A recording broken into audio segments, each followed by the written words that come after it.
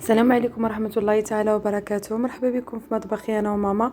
كنتمنى أنكم تكونوا بخير وعلى خير وفي أحسن الأحوال. اليوم جبت لكم فيديو جديد، كيكة بالقمح الكامل، غزالة صحية، وأنا متأكدة إلا جربتوها فما غتوليو مدمنين على هذه الكيكة، خصوصا أن الناس اللي ما عندهمش مع الفرص فهي بالقمح الكامل. يلا تبعوا معايا الطريقة والمقادير. وهذا هما المقادير. أول حاجة كنحتاج هنايا 230 غرام ديال الدقيق الكامل اللي انا مغربلاه من النخاله ديالو. كنحتاج جوج ديال الخمارات حمر من فئه 8 غرام. كنحتاج واحد الساشي ديال الفاني. كنحتاج 125 غرام ديال السكر الاسمر اولا الابيض، قبصه ديال الملحه، 3 ديال البيضات، نص كاس ديال زيت المائده، وكنحتاج واحد ياغورت طبيعي، معلقه كبيره ديال القرفه، وكنحتاج نص حامضه اللي محكوكه، وكنحتاج نص حامضه اللي معصوره. انا نسيت ما حطيتهاش لكم ولكن راه غادي نضيفها ان شاء الله. اول حاجه كناخذ واحد الاناء كنضيف فيه هذاك البيض اللي يكون بحراره المطبخ اكيد صافي، وكنبدا نطرف هذا البيض هذا حتى يتغير اللون ديالو وما يبقاش صفر يعني باين. صافي البنات، من بعد نزيد نضيف واحد القبيصه ديال الملحه، ضروري الملحه باش هكذا لتصحيح الذوق، باش الحاجه كتجينا بنينه. صافي وكنعاودو نخلطو مزيان، وكنزيد نضيف هذاك الحامض اللي هو محكوك. اللي ما عندوش الحامض يقدر يضيف الليمون، مي الحامض كيعطي واحد النكهه صراحه غزاله ومتواتين مع القرفه. هنا كنزيد نضيف المعلقه ديال القرفه اللي سبق وقلت لكم البنات، وكنزيد نميلونجي مزيان هذا الخليط ديالي. صافي كنبقاو نميلونجيو مزيان حتى نتاكدوا من ان داك القرفه والبيض وداك الحامض اندمجوا مع بعضياتهم. كنزيد نضيف هنايا السكر الابيض اولا السكر الاسمر اللي عندكم متوفر تقدروا تضيفوا، حتى السكر الاسمر كيعطي واحد المذاق زوين. مي انا ما كانش عندي متوفر فانا ضفت الابيض. اكثريه كهاد الكيك كندير لها انا غير الابيض. صافي وكنزيد نميلونجي مزيان حتى نتاكد من هذاك السنيده بدات كذوب ليا البنات. راه ضروري ما كتحسوا ملي كتكونوا كتخلطوا كتحسوا بان السنيده راه بدات كذوب.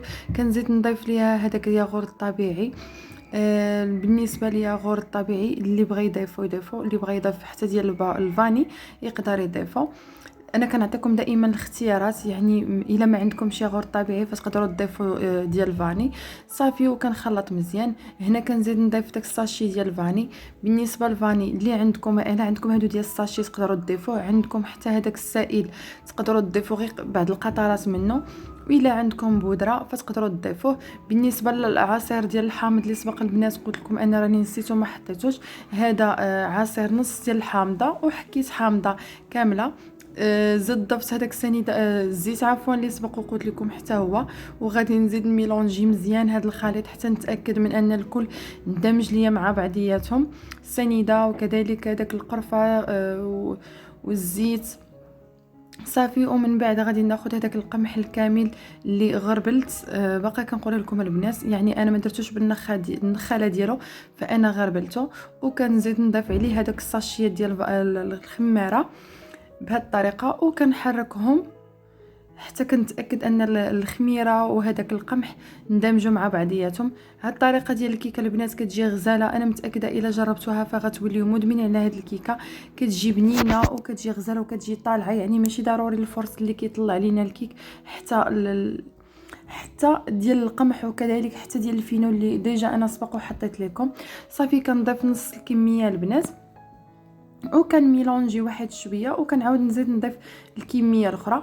بالنسبه لهاد القياس البنات اللي عطيتكم فهو كيجي هو هذاك. بالنسبه يمكن كاين شي طحين اللي كيكون شويه كيشرب، الا جاكم شويه عاقد فتقدروا تضيفوا غير ربع كاس ديال الحليب اللي تقدروا تضيفوه في هذا الخليط، تزيدوا باش ما يكونش عندكم الخليط عاقد بزاف. هانتوما ان شاء الله غادي تشوفوا معايا القوام ديالو كيفاش كيجي البنات بهذه الطريقه. انا هنايا اكتفيت يعني بالتحرك. غناخذ واحد المول اللي دهنته بشويه ديال الزيت ورشيته بشويه ديال الدقيق القمح كامل. صافي وغادي نميلونجي هذا الخليط هذا عاوتاني شويه، وغادي نفرغه في هذا الاناء ديالي اولا هذا المول ديالي. بالنسبه للفرن فانا شعلته لدرجه الحراره 160. صافي غنكمل الكيكه ديالي فانا غندخلو الفرن. بالنسبه هنايا كنت فرغت الخليط ديالي في هذا المول، وخديت هنايا جوج ديال التفاحات. بالنسبه للتفاح فانا عندي الحمار، الا ما عندكمش الحمار فانتم تقدروا تضيفوا الابيض. صافي غسلتهم مزيان البنات، وغادي نمسحهم نشفهم هكا باش ما يبقاش فيهم هذاك الماء نهائيا. وصافي وخديت هذيك الحفاره اللي كيحفروا بها البنات هذا التفاح من الداخل. الا ما عندكمش فتقدروا نتوما تقطعوا التفاحه من الوسط وتحيدوا لها القلب، ومن بعد تقطعوها شرائح رقيقه باش هكا كتجيكم في الكيكه غزاله. انا متاكده الا جربتوا هذه الطريقه فغادي توليو مدمنين عليها، وغادي توليو دائما ديروها. بزاف ديال الناس التفاح ما كيخطاهمش من الدار، يعني الحمد لله حنا الاسر المغربيه دائما التفاح عندنا. هانتوما البنات من بعد ما حيدت ليها القلب عاود قطعتها هكا بهذه الطريقه. صافي وغادي ناخذ شي موس ماضي وغنبدا نقطع. انا قطعت بهذه الطريقه، يعني وريتكم ما قطعتش بشرائح طويله، قطعت هكذا وحاولت انني ندير شرائح رقاقين باش هكذا يجيوني في الكيكه مزيانين.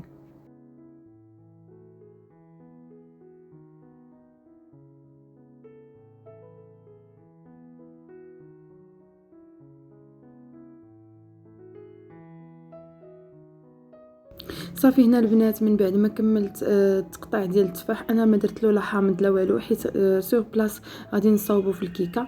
غنحاول انني نقادو بهذه الطريقه يجيني على شكل وريده كيف ما كتشوفوا. ما غاديش نغطس التفاح كامل، ولكن غنخليه غير هكذا هانتوما شفتوا، لانه هو ملي تكون الكيكه كتنفخ والتفاح يعني كيهبط كيبقى غير الراس ديال هذيك القشره هو اللي كيبقى يبان، يعني ما كيبقاش تفاح بهذه الطريقه هذه. اما الا غطسنا البنات من بعد فاش غادي طيب الكيكه فما يبقاش يبان نهائيا القشر ديال التفاح. حنا بغينا تبقى التفاح يبقى يبان لينا على شكل ورده. نتوما تشوفوا ان شاء الله في الاخير كيفاش غادي يبان الشكل ديالها.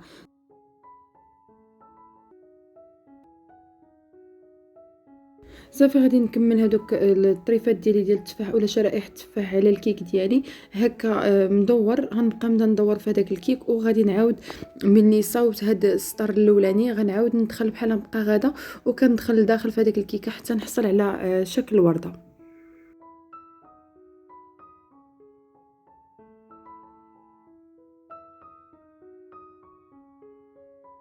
صافي البنات من بعد ما كملت الشكل كيف ما كتشوفوا جاو على هذا الشكل هادو، وكنحاول فاش كنوصل للوسط فكنحاول نقطع الطريفات ديال التفاح يكونوا صغارين.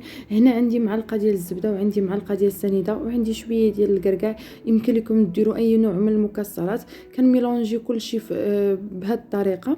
صافي ومن بعد كنزيد نضيفهم على هذاك الكيك ديالي بهذه الطريقه، يعني هكا عشوائي غير من الفوق وصافي. هو كل ما يعني كانت الزبده حيوانيه البنات فكتعطي واحد اللوغو غزال. ما كانش عندكم فتقدروا ديروا غير ديال الطاسه ماشي ضروري. صافي البنات غادي نبقى نبدا نفرغ هذاك المكسرات اولا الكركاع وهذاك الزبده والسنيده اللي سبق وقلت لكم، غندخلهم الفران. من بعد ما غطيب ان شاء الله فغنرجع لكم للشكل النهائي ديالها. صافي هنا من بعد ما طابت كيف ما كتشوفوا كتجي اللون ديالها موحد، وحتى التفاح كيبقى باين فيها غزال، وكذلك هذاك الكركاع اللي حطيت من فوق منها كتجي هشيشه ومعلكه البنات. ما نقولش لكم المذاق ديالها هانتوما تشوفوا. ضروري فاش تخرجوها من الفران ضروري تاكدوا انها طيبه من الوسط وكذلك من الجوانب. صافي غنقطع لكم ونوريكم الشكل النهائي ديالها اولا القوام ديالها، راه كتجي غزاله. كان هذا هو الفيديو ديال اليوم، كنتمنى انه ينال اعجابكم. اللي اول مره يشوف القناه ما ينساش الضغط على الاشتراك وزر الجرس باش يوصلوا كاع جديد. ما تنسونيش من التعاليق ديالكم لانه كيهموني وكيحفزوني وكيخلوني دائما نحط لكم الجديد ان شاء الله. نتمنى نلقاكم هذا الفيديو في احسن الاحوال، ونتلقاو فيديو اخر ان شاء الله. السلام عليكم.